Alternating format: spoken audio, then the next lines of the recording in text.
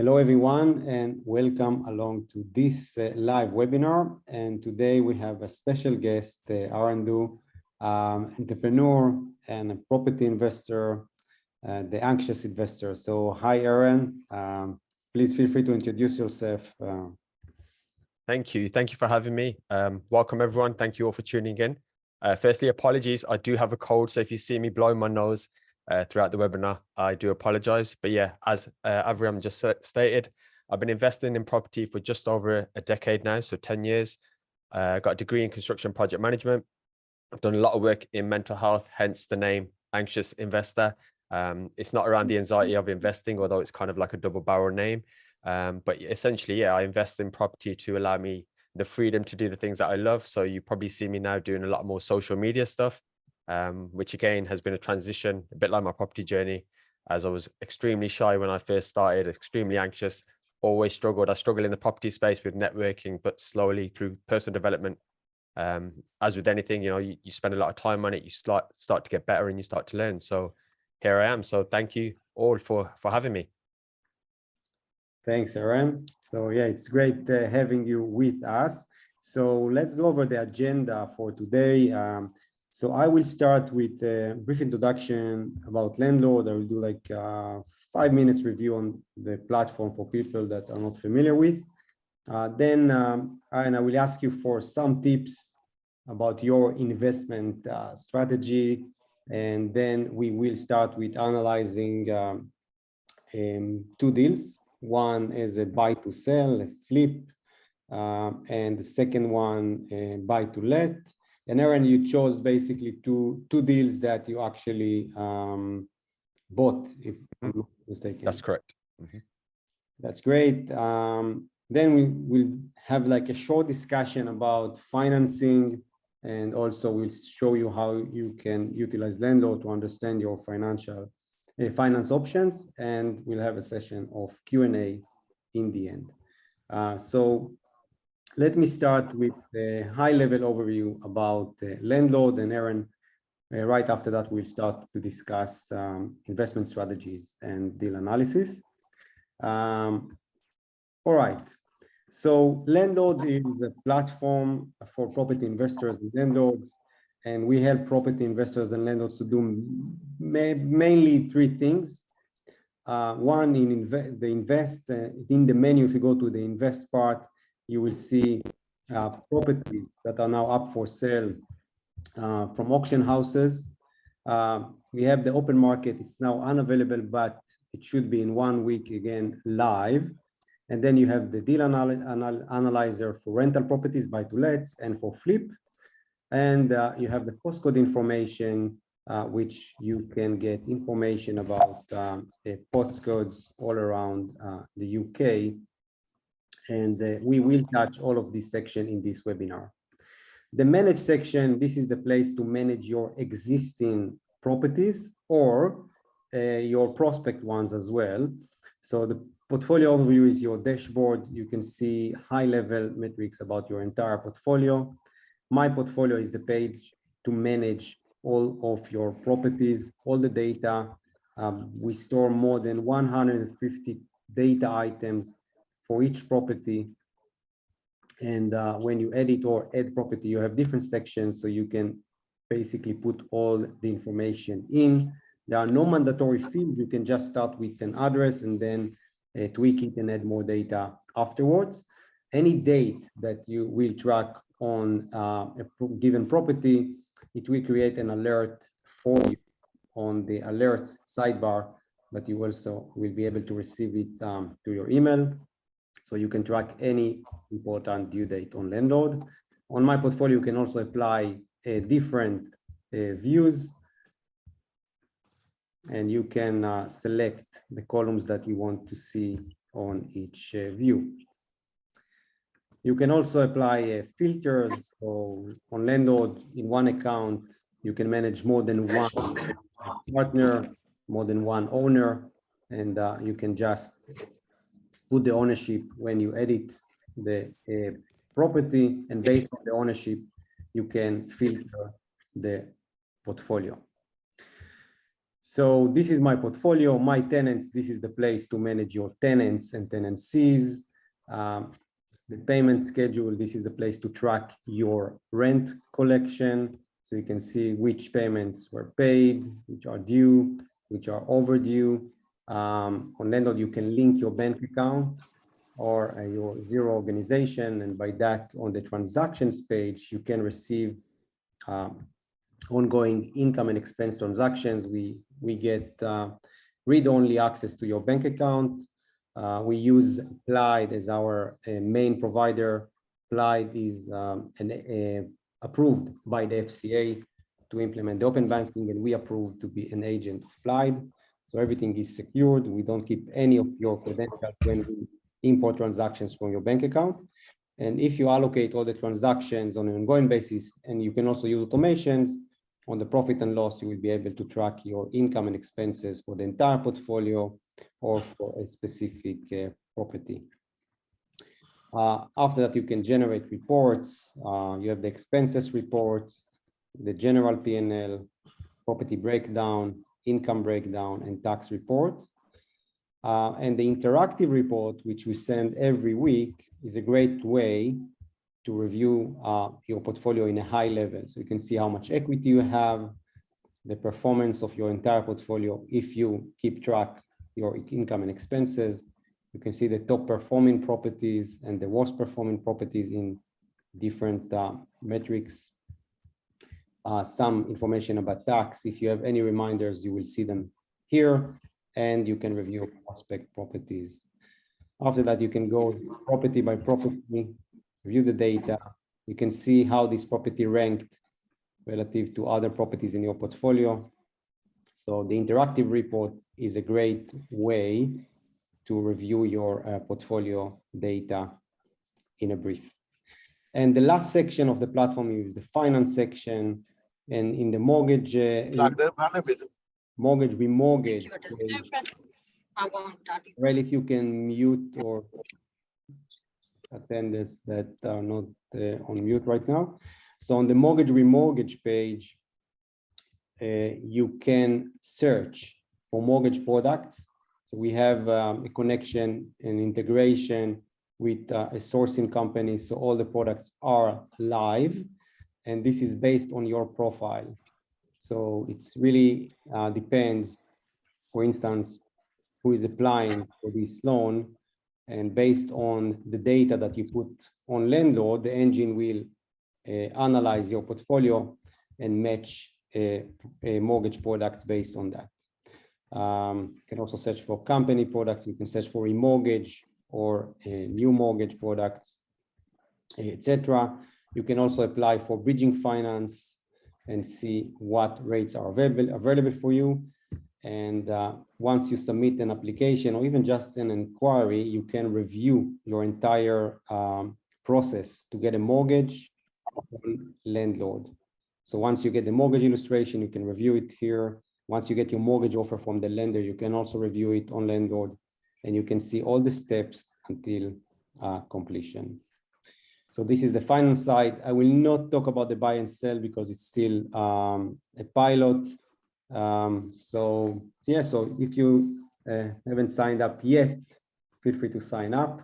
And now let's go back to our webinar agenda.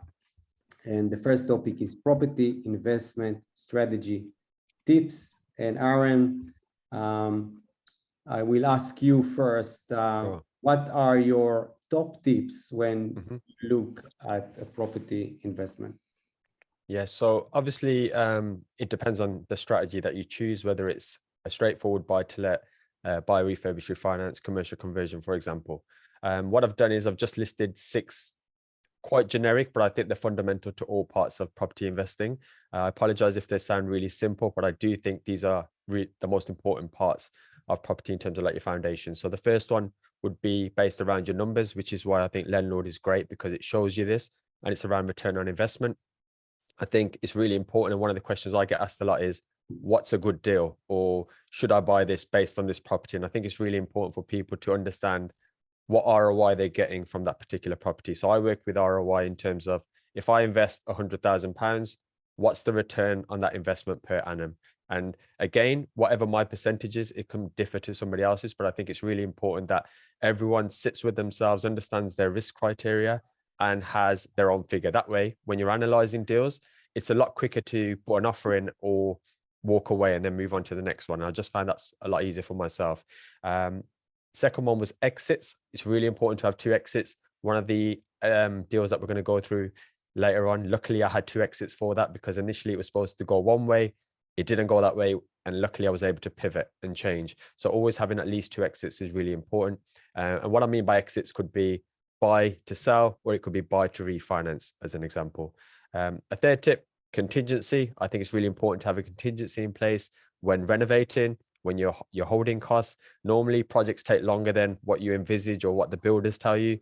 And even maintaining a property, I think as a landlord, voids, maintenance, when you don't expect things to go wrong, they normally do. So it's important to know about that. Number 4 was research. Again, desktop analysis is really important, but also in-person research as well. Use both on the Shall I continue? Yeah, Aren, yeah. Okay.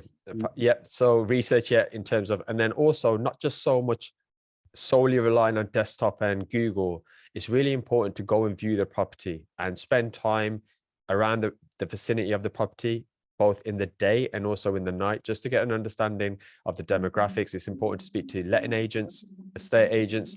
You really want to research that area in as much depth as possible to understand, if I was to purchase this property, you know, who are the neighbors, where are the local amenities, for example, and who would my tenant be? 5th one, logic over emotion. It's just a saying that I say quite a lot. It's very easy when you're trying to find a property and you've saved all this money and you're ready to go buy it, to sometimes let your emotions take over, and you might bid a little bit more. And again, this reverts back to point number 1, know your numbers. If it doesn't work for the numbers, that's fine, walk away. Save it. Perhaps in 2 to 3 weeks later on, you can go back and revisit that. It might not have sold, and you might have the option to leverage and potentially renegotiate. And then the 6th and final point was really run it like a business. And this is one of the reasons I'm eager to jump on Lendlord as well. And it's one of my own mistakes that I made as a landlord for 10 years is sometimes I don't run it like a business. As much as I understand the numbers, I'm sometimes maybe too nice to the tenants. I don't always increase my rents as I should do. And sometimes that can be a downfall. Just recently, I've had a tenant not paying, and it is a lot of stress. So you want to really make sure that you run it strict, and you don't just go off a handshake, for example, almost like a business in its entirety. But yeah, those are the main 6. I mean, credit scores, due diligence. There's so many things we can obviously talk about, but those are probably the 6 that I'd stick with. Absolutely. Okay, great tips.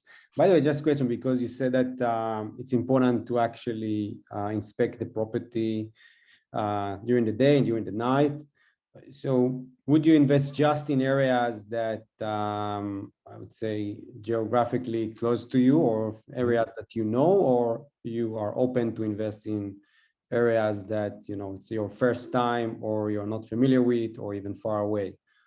That's a great question. So I've invested 300 miles away. I've invested 50 miles away.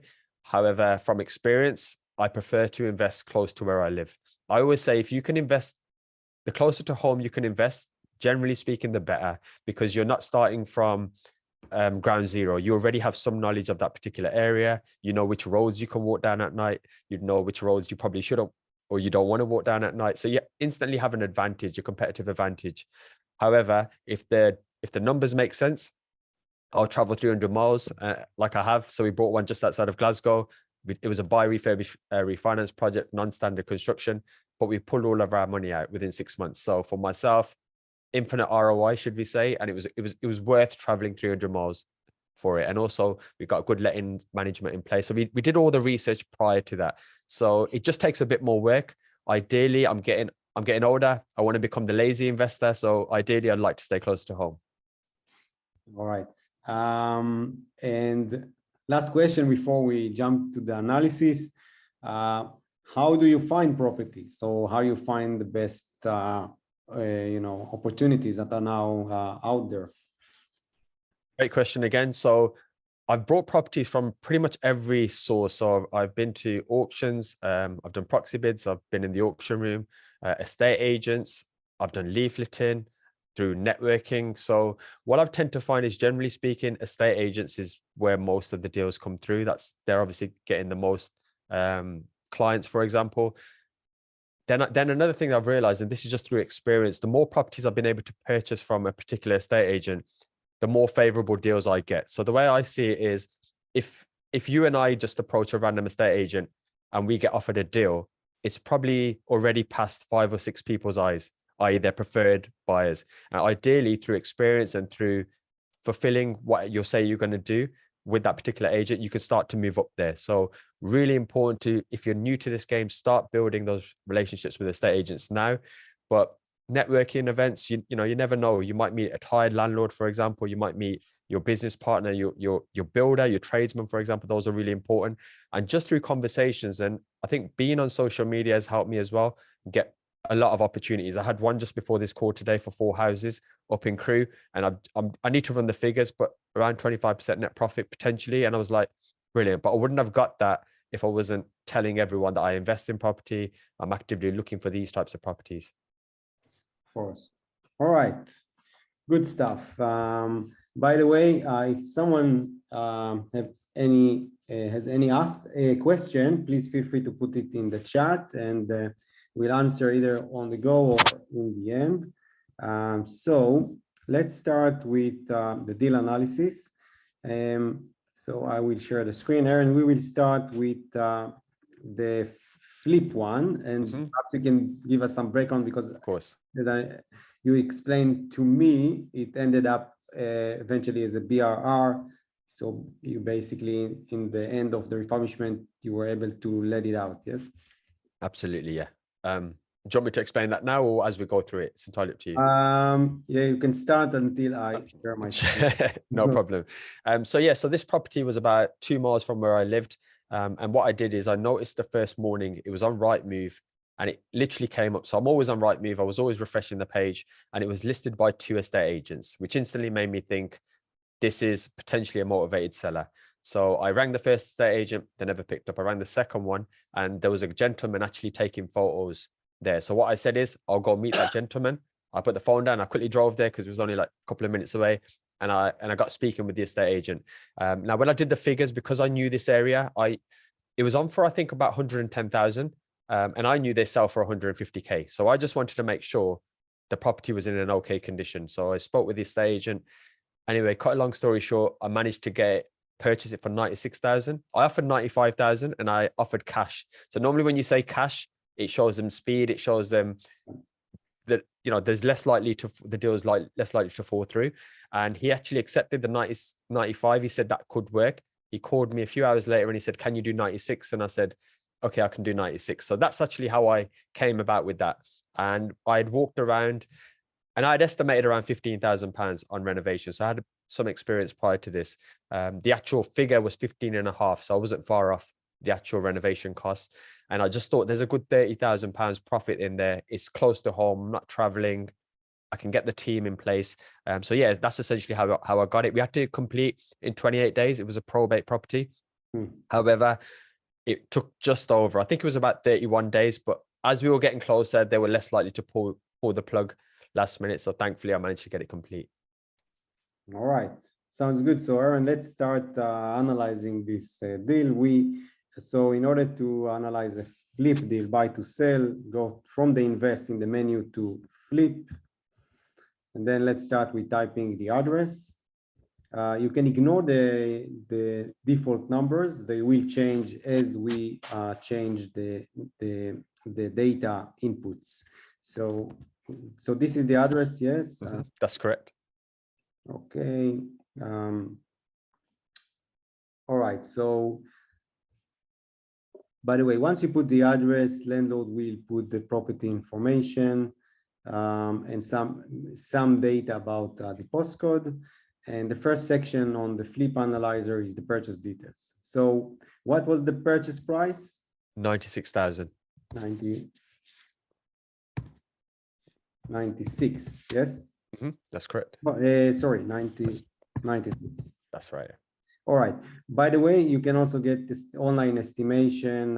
You want to try, although like Yeah. Okay. So the property type, It's a mid-terraced house.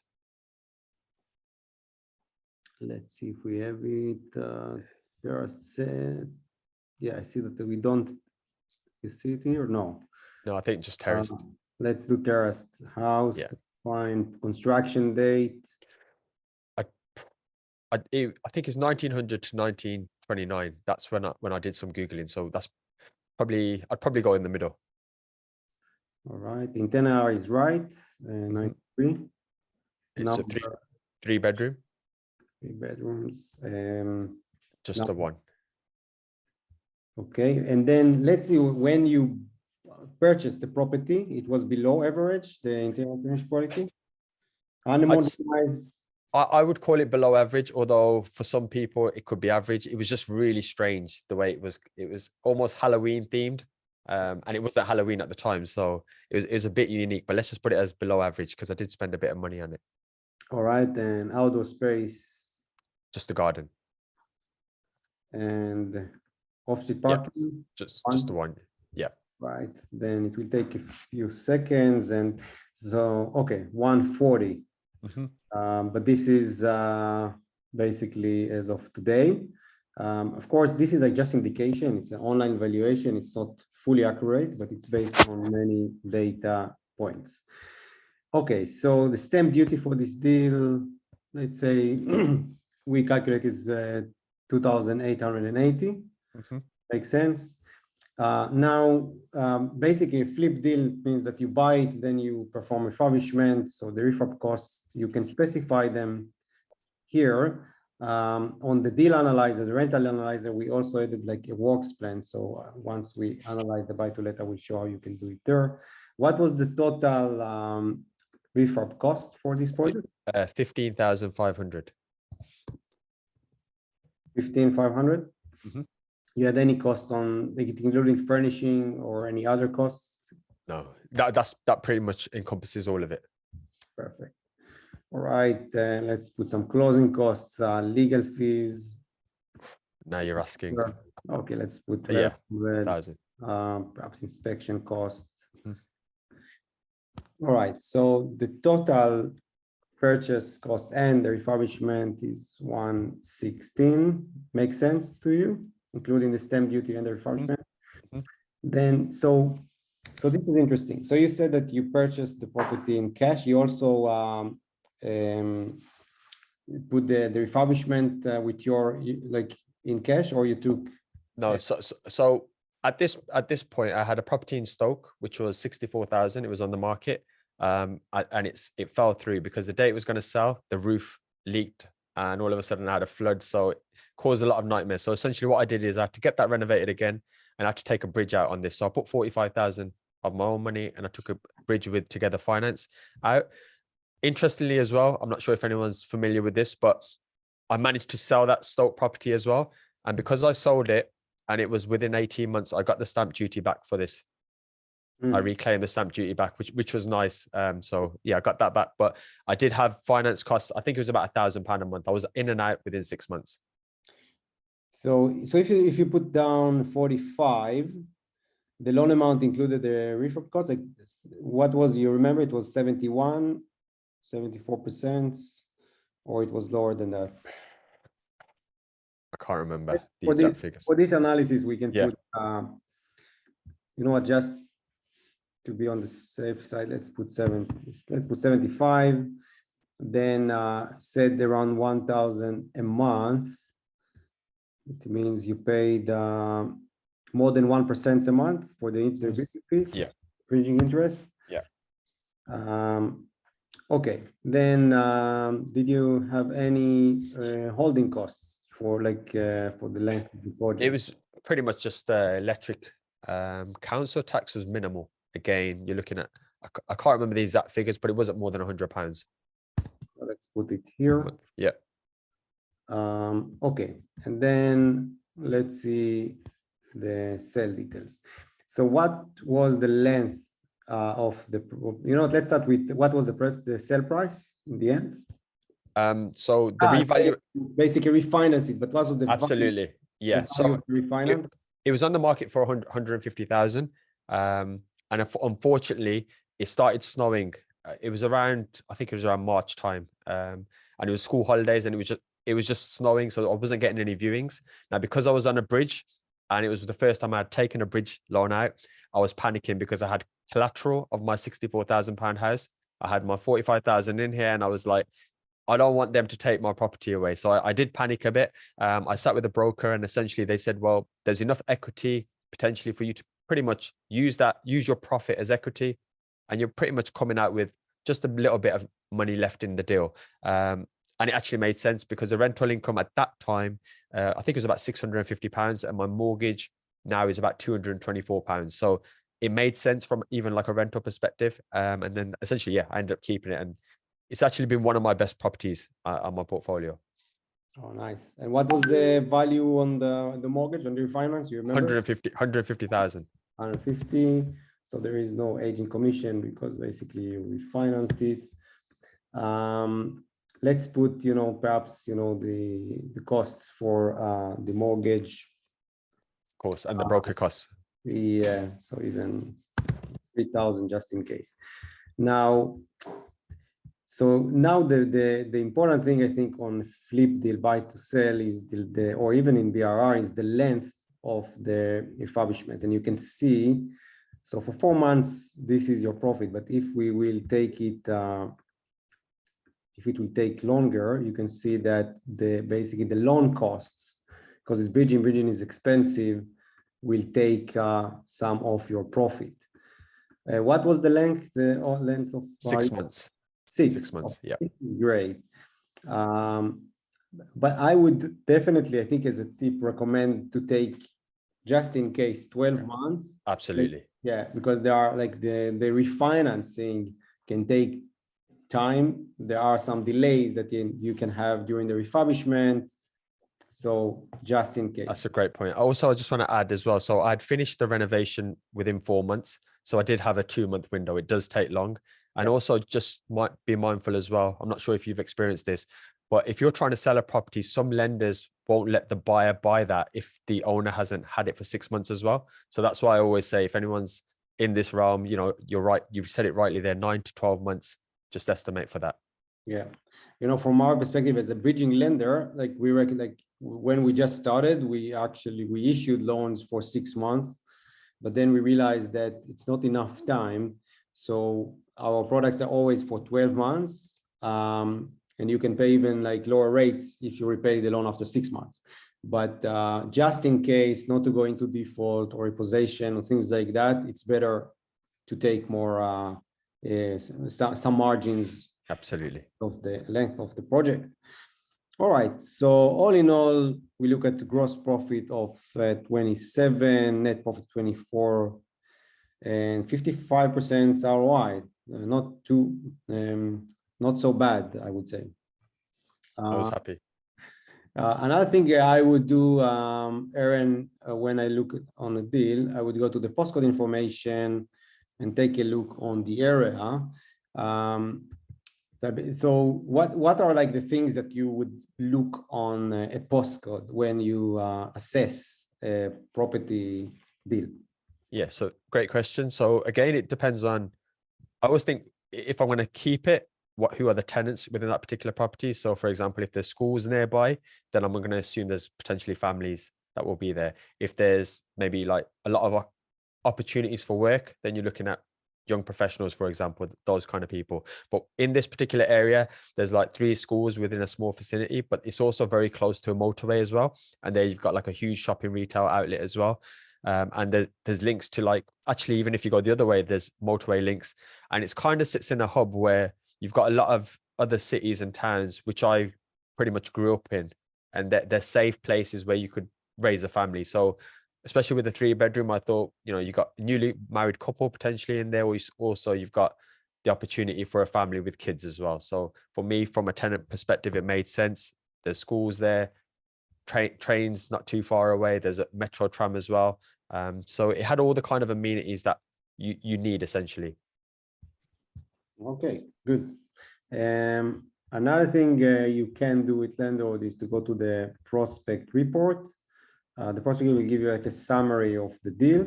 You can also export it to a PDF report, but also you can review the property on a map. Aren, do you use like a Google map in order to research the area before you inspect the? Absolutely. Yeah. So obviously with this one, I knew the road. I took my driving test literally around the corner from there. So I didn't have to necessarily do too much. However, generally speaking, I would start and pretty much do what you're doing. I'd get that little yellow man. I'd throw him in the road and have a look around. And then of course I'd definitely try and view it in the daytime, in the nighttime, and just get a feel for it. So you want to spin around. So that's the opposite side. That's it. If you just go straight, it's on the left-hand side. Do a 180. A little bit more, It's next to that grey house. This one? It's that one there. That's it. That's the house. Yeah. Okay, nice one. All right. Okay, so yes, definitely. Before you, 1 second. Sorry. I'm gonna get Jaden. Oh, is she gone? Okay, sorry for that. All right. So yeah, so I think before you actually physically inspect the property, it's Google Maps. Actually, it's a great way to see the neighborhood, of course, the property itself. So yeah, great tip, and you can use it on the prospect report page. You can also upload photos if you would like to include in the report. All right, so let's jump into the rental deal. I see that we have some questions, but we will answer them in the end. So for the rental, I will take the second property. So for buy-to-let analysis, go to invest. From the deal analyzer section, click rental, and then start with typing the address. 1 second.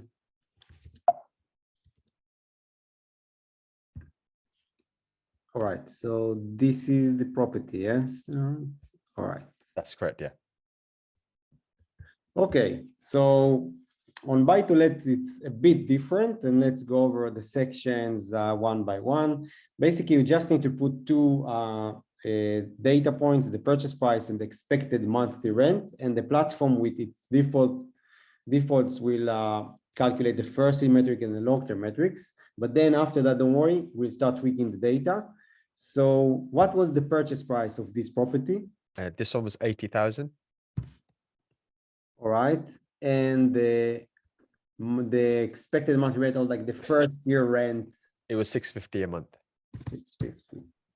All right, good. So I just put the purchase price and my expected monthly rent, and you can already see the first year metrics and the long term, but then let's start tweaking the data. So property value, you can change it, because there are some times that you will be able to purchase the property under market value, and or higher market value. There are also some of those cases. So if so, change this number, because it will take it into account in the metrics. In your case, what would you say? It was under or above market value? So within like a year or so of owning the property, it was very difficult to buy anything on that road for less than 100,000. So I think we got it at a really, really good price. Although another good thing was it was actually the best house on that road. Like, it looked the nicest from the outside. The neighbors' houses weren't too great from the outside, and I had viewed quite a few of them. At the inside, it was really well kept. It was essentially a family who had just had a baby and they were looking to upgrade. So they were ready to sell. They got on with me and my wife, and we were able to literally get it for their asking price. I think now that it should be like 115, 120 on that road. So I'd say even at that time, 90,000 to 100,000. Yeah. So let's put 90, and then on the property appreciation. So yeah, but I think it's right to even like to take a look on the first year and put the purchase price, what was the price in the beginning, and the property value can be and up to 12 months, because this will be calculated on the deal analyzer on your first year ROI. So it's important, if you think there is significant change between the purchase price and property value, to put it here. Stamp duty, I think should make sense unless you think different. And then refurb costs. So You nothing like I it was didn't. ready. It was beautiful. It was really well kept. I've probably spent about £200 on it since I've had it, and that was just to fix the door at the back. So it's even my tenants now, they're amazing. So it's been a very touch wood. I don't want bad luck after this call, but it's been very good for me. Amazing. But just in case, I want to show this new feature works plan. So let's say that you need to perform a refurbishment. It's now available on the rental, but soon it will be available also for the flip analyzer. So click on the works plan. First, you need to save the deal. The works plan will be part of our premium plan that is £99 per year.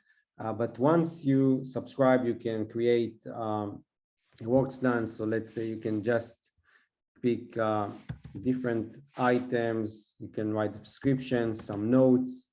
You can put the cost, if it's taxable or not, just in order to tag it, and then starting date and ending date. So you can start building a timeline for your project.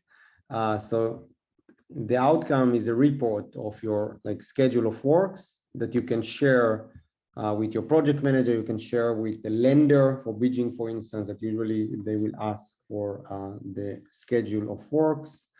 So so now basically it's available on Lendlord, and if you don't find the item in the list, you can just put other costs and put the name of the item. So let's go back now to the deal. Okay, so you said there were no refurbishment costs, some closing costs. Let's put, I believe that you paid some in legal fees. Absolutely. Not mortgage. Mortgage, there is a section for that. I'd Remember, say about 1,200, about 1,000 to 1,200. Yeah.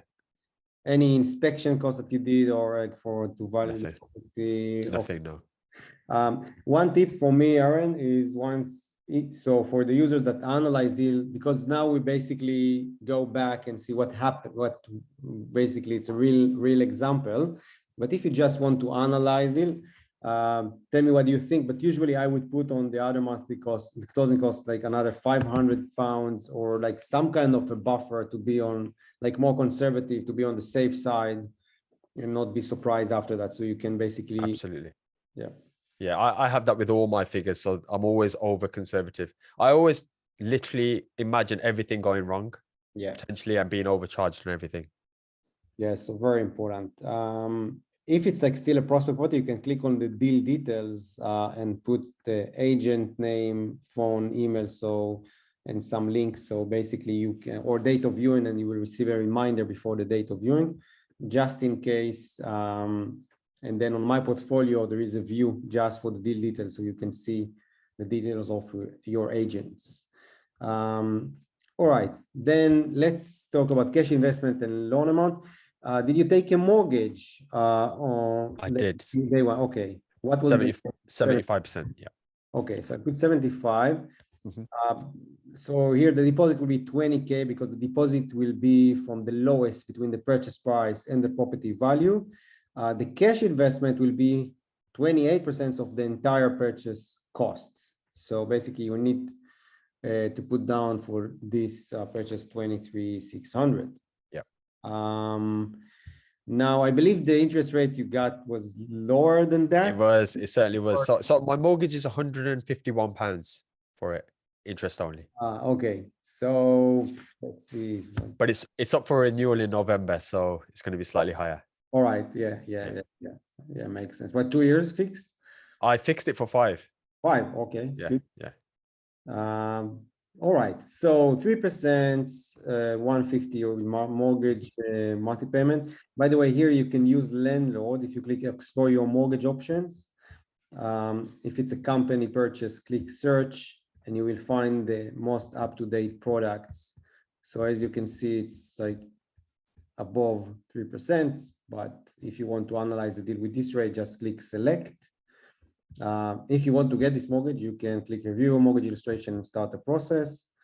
But because this is a real deal that you did in the past, we will use the 3%. Mortgage fees, let's say £2,000 or less. I don't know if you remember, but you need I can't remember. Yeah, my brokers normally charges me for this one, because I remember the broker, it's just £350 flat fee, but obviously there's going to be some Yeah. costs associated with the Yeah, usually, so you can see it here. So each mortgage product, you have the rate, but you have also the fees that usually will be calculated based on the loan amount. So you should definitely, we recommend user to take them into account. You can also order the table by the total cost. So the total cost will take the interest rate for the entire period, the interest for the entire period, and the fees together. So so you can get like a lower rate but high fees and vice versa. So it's up to you to decide. All right. Okay, so this is basically the loan. Then the monthly operating expenses. Aren, do you use a managing agent, letting agent to manage? Or do you by no, yourself? I actually manage this one myself. Okay, so you just save 10%. Landlord insurance, £12 or ish. 12 or £15, yeah, a month. All right, so just, let's be more conservative. Mhm. Any service charge, ground rate, utilities, maintenance. I normally just put 10% aside. It's just for peace of mind in case something happens. All right, so let's put 60 on top of the insurance as other monthly costs. Okay, and now you can still review your metrics, the first year metrics and the long term. And the next section, the long-term assumptions. So the default scenario will take the annual property appreciation for, here it's selected for 10 years deal from the postcode, the 5-year average growth. But this is a great postcode as I see. You can find also postcode with negative appreciation growth. So what would you put as, as a default? You will look on the area or, Interestingly, I don't necessarily factor this in too much if I'm being completely transparent. Yeah. Obviously I do the research in terms of, are they going to be spending money in that particular area? I look at sometimes the council websites and look at what their plans are. I always see it as in, is it going to cash flow essentially from day one in a positive manner? Am I going to get the right tenants that I'm happy with? And then I always see capital appreciation as a bonus. If I get capital appreciation, I'm happy. Obviously this one's had quite a substantial amount. So I'm looking for, although the rates are high, I'm looking forward to what the equity growth is within this one. But no, it's not something that I've done, which is why this is quite interesting. So it's nice to see something like this. And I think it's nice to see also, like you said, that you purchased this property at least 5 years ago or 5 years ago. And you value this property now 150. So basically, No, around 120. This one, the other one was 150. Yeah, 120. Yeah, right. So anyway, so it's still significant appreciation from 80K in 5 years. So absolutely. I think it's the area as well. So with this particular area, you've got within walking distance, you've got a big hospital around the corner, and again, you've got really good access to like a huge shopping center, and then you also got motorway access as well, and then lots of schools. So it is in like a prime location. Yeah. Okay.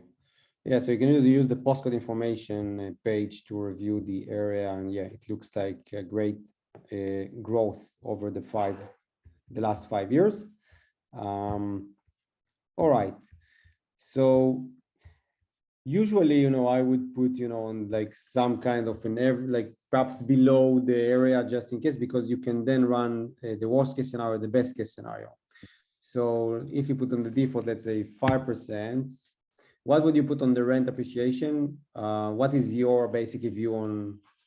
So I'm really bad. I don't increase rent on my tenants. Obviously when they leave, I know that this is probably closer to 750, 800 potentially. But with my tenants, I haven't increased it. There's another story. I don't want to take too much time on this, but actually the initial rent was 650. I did have a letting agent in place. I found out that the letting agent was actually charging them more and telling me less at the time. Long story short, I managed to get that all resolved, hence why I manage it myself.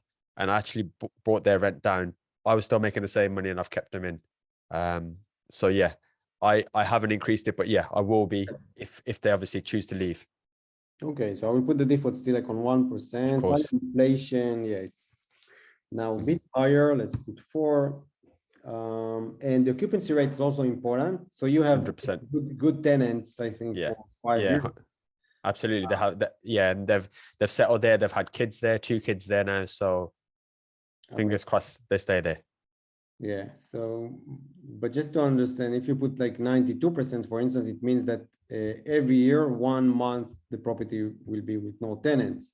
So we put like 95 as a default, but then you can start playing with the best case scenario and the worst case scenario. So if we added the best case scenario, so you can put 98% occupancy, even 108% every year push property appreciation, 7%. I would put 3, you know, rent appreciation, and even low inflation as a best case scenario.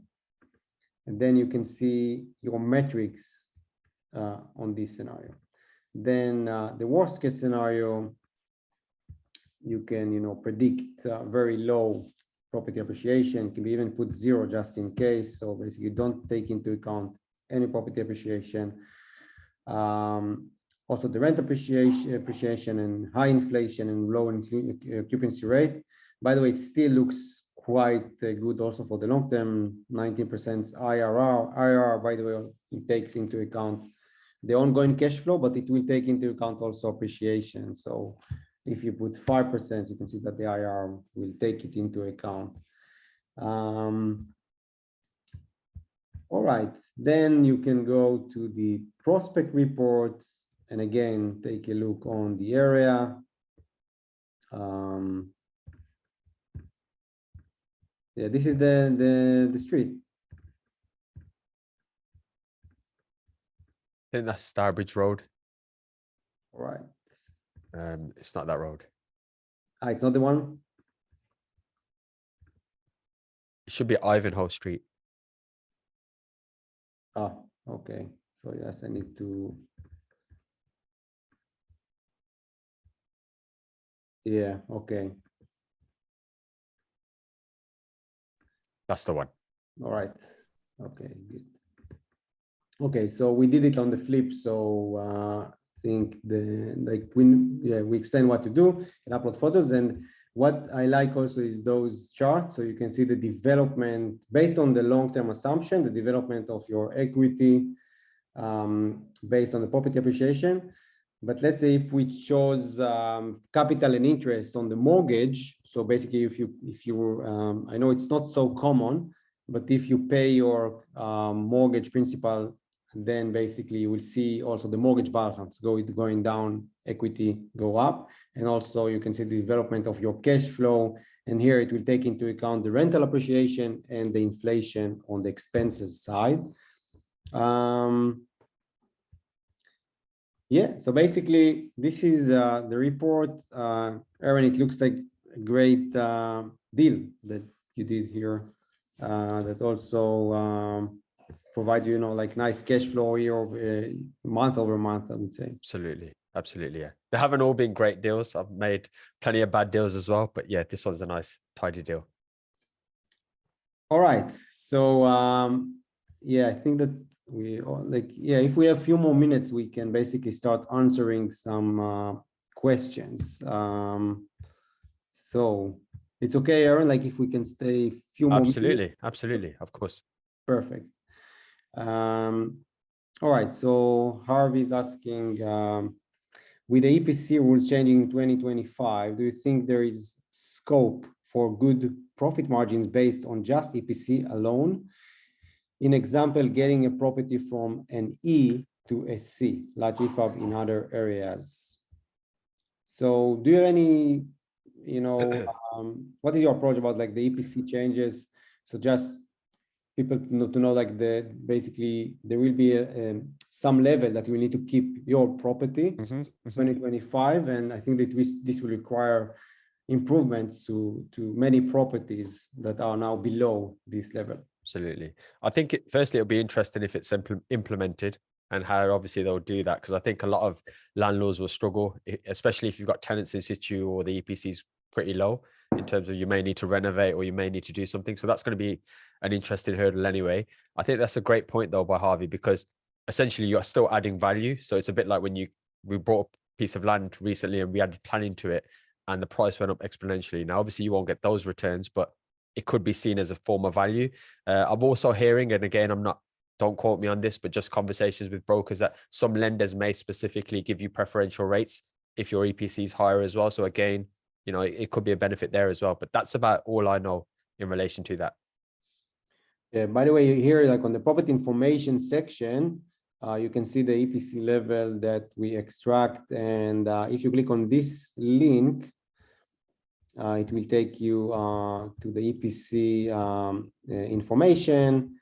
And I think that here you should find also the recommendation in terms of costs if you are about to upgrade the EPC level. So it's very valuable and you have it available in one click from the deal analyzer.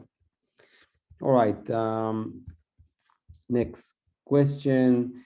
Do you think, Daryl asks, do you think property investment companies that buy bulk from developers and then pass on to investors are good investment opportunities? Aren, do you have anything to say about that? So I'm assuming they've made a discount first and they're obviously passing those on. I think, again, this probably comes to the first property tip that I had. What is a good investment? Again, it just depends on your return on investment. Again, I say this with sourcing agents or anyone offering me a deal. I don't mind how much they want to charge me, provided once I factor that cost in, my ROI is something I'm happy with. So if I'm looking for 30% ROI, and even if the fees are 10%, or if it's not even below market value, for example, all I really care about is that end metric. And I think it's really important if everyone has their own kind of criteria based on the purchase price, based on the risk for that. But yeah, I've not really associated myself with those kind of companies personally. All right, Maria asks, how soon can I refinance my property after buying cash for BRR strategy? So my assumption is you can refinance on day one, generally speaking. However, you're not going to get access to every single lender. And that's why they normally say 6 months. So after 6 months, you kind of get more preferential rates. You're obviously got, it's more competitive in terms of the rate. So that's normally why we say 6 months. But I've heard through the grapevine, I'm not doing it myself personally, but you can normally refinance as soon as you want, really. Yeah, and I would also recommend like to start the process as soon as possible, even if, like, you know, even the refurbishment is still going on. There are cases that you can schedule the inspection date that you end the refurbishment. So yeah, as soon as you can, just start the process. Hi, so Lynn Baker asked if the platform, I'm not able to export my exam. Okay, so it's a question for like specific on Lendlord. Aren, should I have, Andy asked, should have had his mortgage KFIs to hand for this illustration for accuracy if they are two real cases rather than created ones? I think the real cases that we just analyzed. You're on mute, Aren. Apologies. I was going to say I can send those through to yourself if you want to share it with the guests. That's absolutely fine. That's not a problem. I haven't made them up. Okay. Kenny asked, at what stage can I claim back the stamp duty, please?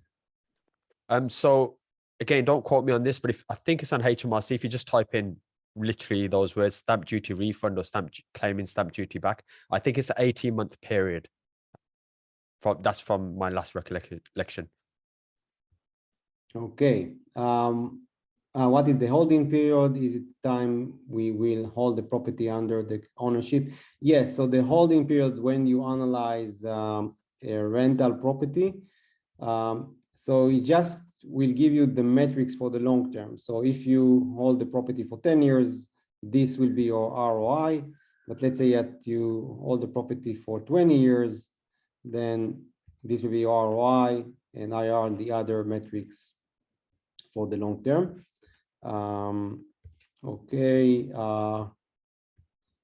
R2R, are we going to add analyzer to R2R? It's in the roadmap, but unfortunately, I don't think that it will be soon developed, but hopefully by the end of this year. what is the outcome of this rental deal and analyzer? Which metrics are we looking for here?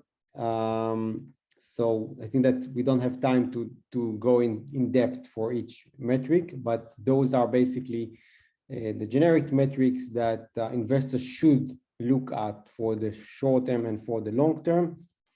Aren, what is the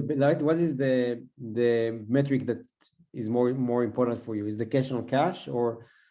Yeah, so return on investment. I know some people might interpret that differently. The way I interpret it is literally how much capital have I employed into that particular property, and what returns do I get per annum? So if I put £100,000 in and I get 25,000 back every year, that's 25% ROI for myself.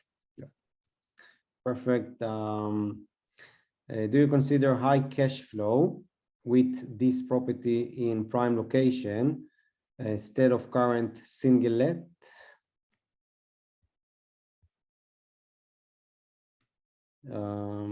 Trying to understand. Instead. So basically the question, if you would go to HMO rather than, a single let, I don't know if you have any take. No, that's a great question. So I've literally done every strategy. So I'm building houses now. I've done commercial conversions. I'm doing SA now. I've done HMOs. I had a bad experience with HMOs. That doesn't necessarily mean everyone will have a bad experience with HMOs.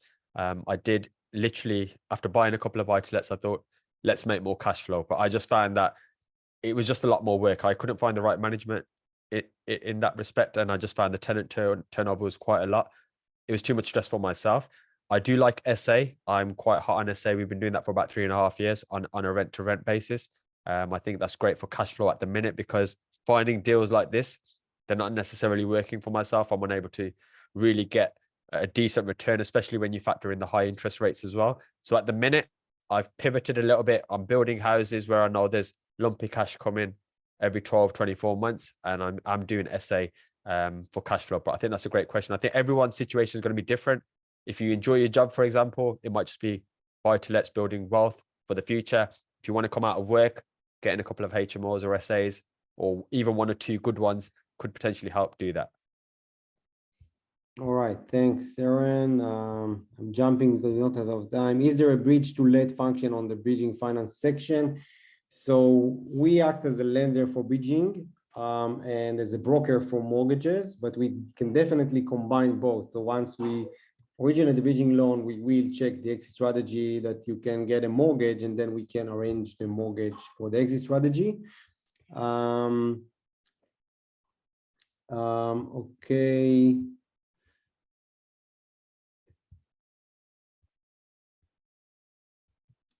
Will be good to understand the meaning of cash on cash and IRR. So just like in a brief, cash on cash is as Aren explained, the actual return on investment. So let's say in this deal, Aren put 23,600 in cash, and it generates net cash flow. So the net cash flow is the rent minus the mortgage payment minus the ongoing operating costs. So basically on the 23,000, it generates net income of 4,320. That means 18% return on investment. So cash on cash is the cash that you get on the cash that you invested, and the cash basically we take into account the purchase price, the stamp duty, the refurb costs if there are, the closing costs, minus the loan that you took. And the IRR is the formula is quite complicated, but it takes into account the long-term return every year, and takes into account appreciation and also inflation and interest rate over the years. Do you provide financing bridging that covers refurb costs? Yes. You can contact us. There are the links on the above, so you can apply and also schedule a call. Last question: what can I do with 10K to get started? So I think it's a good opportunity, Aren, so people that want to contact you, I think that it's a great question. If someone has 10K to get started, perhaps he can contact you directly and speak about it. So Aren, what is the best way to approach you, you know, to review your, like also to your content? And yeah, feel free. Thank you. No, thank you firstly for having me on. So yeah, if anyone wants to get in touch, the username is The Anxious Investor on Instagram. I do try and respond to every single DM. So if you have any questions, I'll try my best to help you. Also have a YouTube channel as well, where I just share most of my mistakes. I've made a lot of them. I hope none of you make them. The goal of that channel is just to help you guys get your first property. If there's any questions, again, I always try and respond to those as well. So YouTube and Instagram is probably the best place. Yeah, I think so. I think it's the first. Yeah, you put the links. I'm trying to copy them. It's not working for me. So I think the first message on the chat, if people can see it, those are the links to contact Aren. All right. So thank you very much, Aren. It was really helpful, very interesting to hear about your strategy and about like how basically you did with those specific deals. Thank you very much, everyone. Feel free to sign up if you haven't yet, apply for bridging or contact the team on the chat box if you have any suggestion or any bug to report. So thanks, Aren, again, and good night, everyone. Thank you all. Take care.